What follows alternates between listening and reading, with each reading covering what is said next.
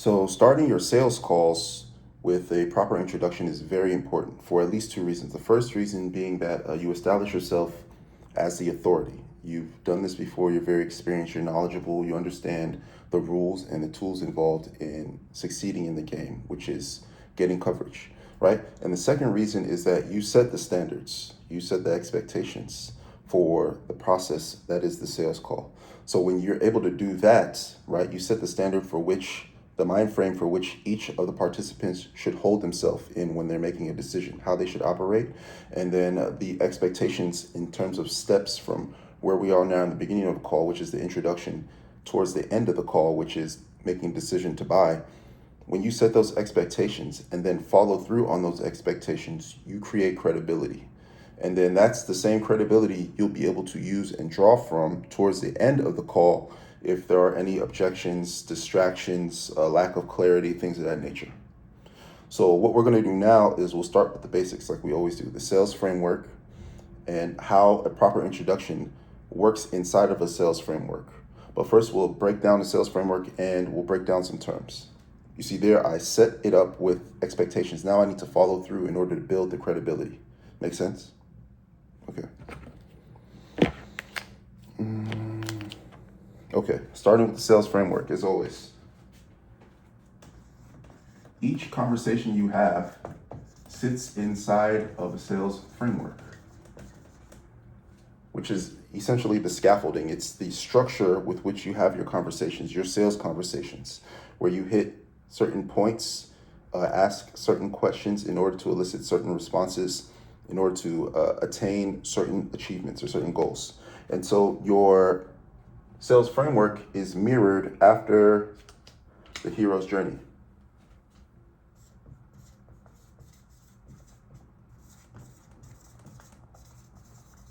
Okay?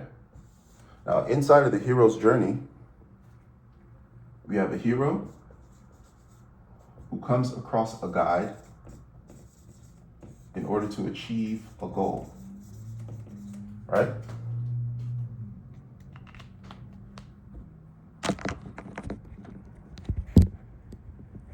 Okay. And likewise, inside of the sales framework, we have a lead who comes across you, an agent, the agent, their agent, in order to achieve coverage for self and for their loved ones, right? See the parallel? Okay. Now, defining some terms inside of the hero's journey, we have the hero. Now, a hero is good, responsible, brave, and powerful. PWRFL, powerful. Okay? That's to say they have the ability to make the decision, the bravery to make the decision, they understand the responsibility in making the decision, and they make good decisions, right? Okay, and then we have the guide. The guide here does a couple of things. First, the guide is experienced, trusted, sets expectations,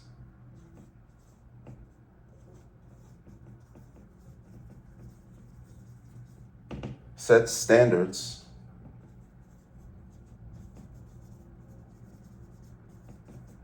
and most importantly, reminds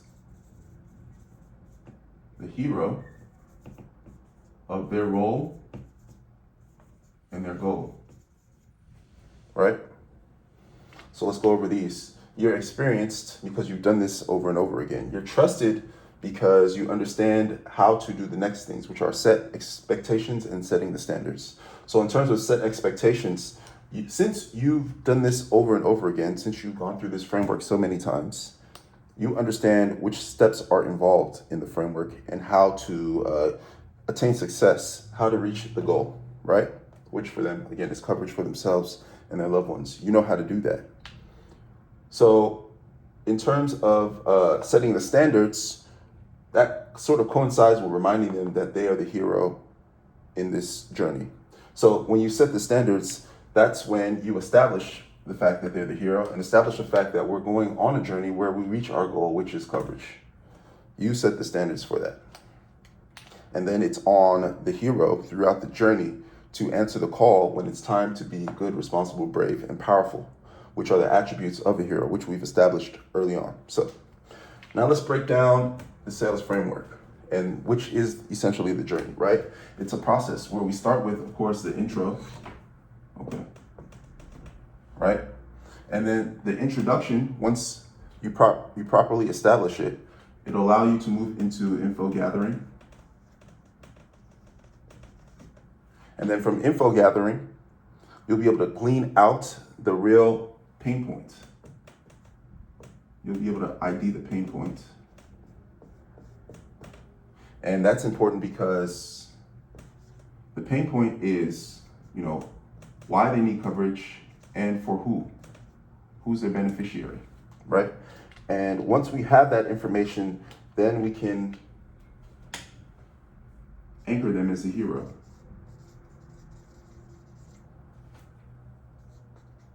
Who is good, responsible, brave, and powerful when it's time to make a decision.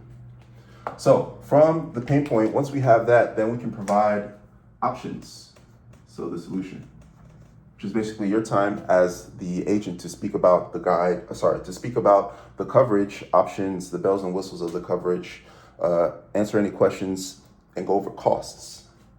And so after you go to that point, that will allow us to get into the cost benefit analysis of having coverage versus not having coverage for ourselves and for our loved ones. And this is where they you help them determine, let me make sure that you can see it.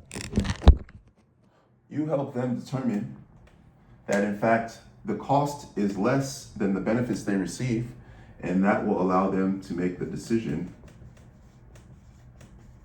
to buy,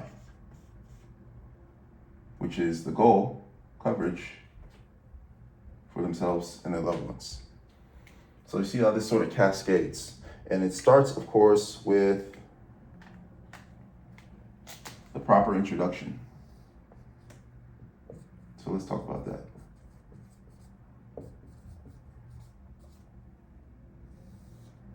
Proper introduction.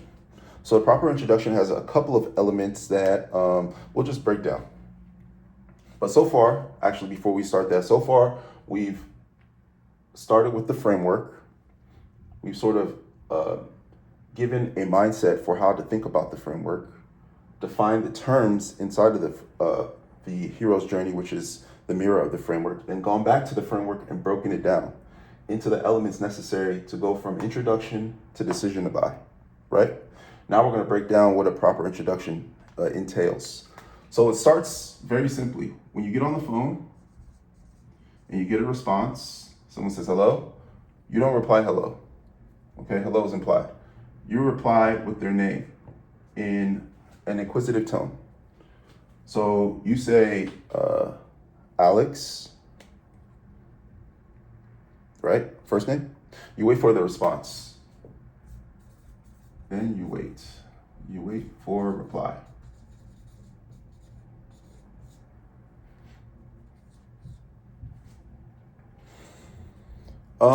You'll get, any various number of replies, but essentially what we're doing here is very quickly we're acknowledging that we have the correct person, so the correct contact information at the very least, which is already starting in your info gathering. And then when they acknowledge their name, they'll likely say, who is this, who's speaking, or how can I help you, or who's asking. That's when you just repeat this.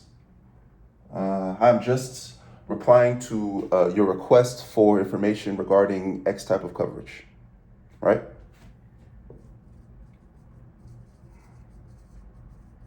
Just replying to your request for information about X type of coverage, right? Why is this important? It's important because it's nothing on us. We're just replying.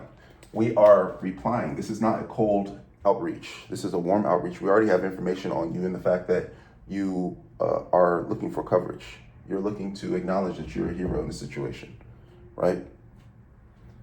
Replying to your request, because especially if it's an RSH lead,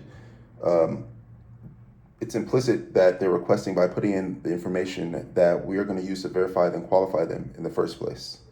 So all of these words are for memory jogging, just to, once you get on the phone, once you acknowledge you have the right person, then you're properly contextualizing the conversation and moving into the framework. And then about X coverage. If it's a negative response I would say is like somebody who's either in denial saying, I don't know what this is, I don't know what's going on, then you just continue on with your verification. So you say, okay, sure, no problem. So you say, okay, no problem. Is this first name, last name? Wait for them to reply. They'll acknowledge yes. Okay. Do you live at this address? Is that correct? They'll say yes. Okay. Is this person your beneficiary? They'll say yes. You say, okay. Do you have coverage? If they say no, perfect, no problem. Well, it seems like we have the right hero here. We've got pretty much all that we need. Why don't we just verify some of this information we have already, see what we qualify for, and see what the options are for you to get coverage for your beneficiary. Why not? Right? See how you moved them into it anyway?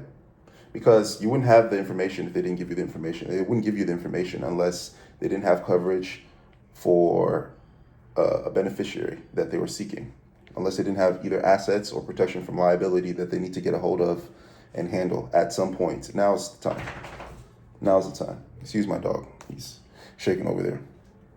Okay. So that's if it's a negative response, which is fine. Oh, let me put this again. So after you acknowledge that they have beneficiaries, you have the correct person, and they don't have coverage, and you say, okay, great. Okay, great. Seems like we have the right hero.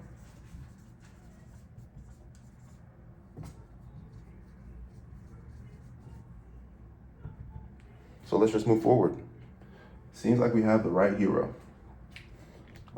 And then if it's positive, let's say it's a positive reply, then it's easy. If they acknowledge positively, then it's just great.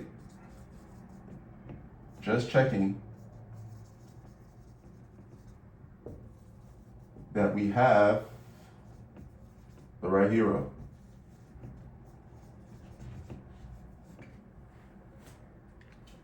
Let's move forward and verify the rest of this information and see what we qualify for, see what we can get you for yourself and your loved ones today. Right?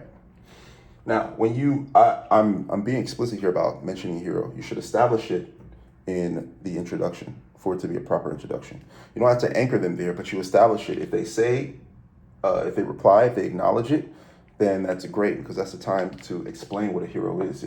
So if they say, yeah, just great, just checking that we have the right hero here. Let's move forward and verify some information and see what we qualify for. It's a hero?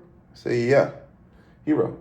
What's a hero? What do you mean? Well, somebody who is good, responsible, brave, and powerful in the decision-making against the unforeseen for their family is a hero. I mean, you're already a hero, likely. You're probably already dealing with the lifestyle and financing the lifestyle of this beneficiary. So you're just taking the step past the foreseen, reinforcing that you're a hero. So yeah, definitely you got the right hero. Let's move forward. Now, that will help on the tail end when you get to the cost-benefit analysis and they're dealing with any distraction, any objection, any confusion, any lack of clarity, right? As a hero, your lead, and a guide, your agent, on the journey, which is through the sales framework, anything that isn't reaching the goal, which is coverage for themselves and for their loved ones, is a distraction. It's not the goal. And there's an answer for every distraction. There's an answer for every objection. There's an answer for any confusion or lack of clarity. That's why the hero has you, the guide, to give them the rules and the tools and help them make the correct steps so that they can make the correct decision so they can coverage for themselves and their loved ones.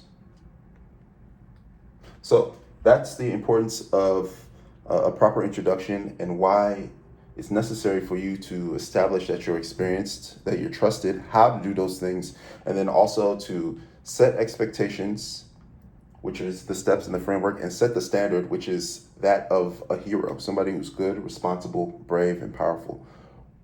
Set the mindset and the decision making from that mind frame so that when they come across the challenges along the journey, that they have the tools in order to be able to be successful, which is reaching a goal, coverage for self. And, of course, selling more coverage means more sales for you. More sales for you means more success and more ability for you to be a hero for yourself and your family. So yeah, proper intro.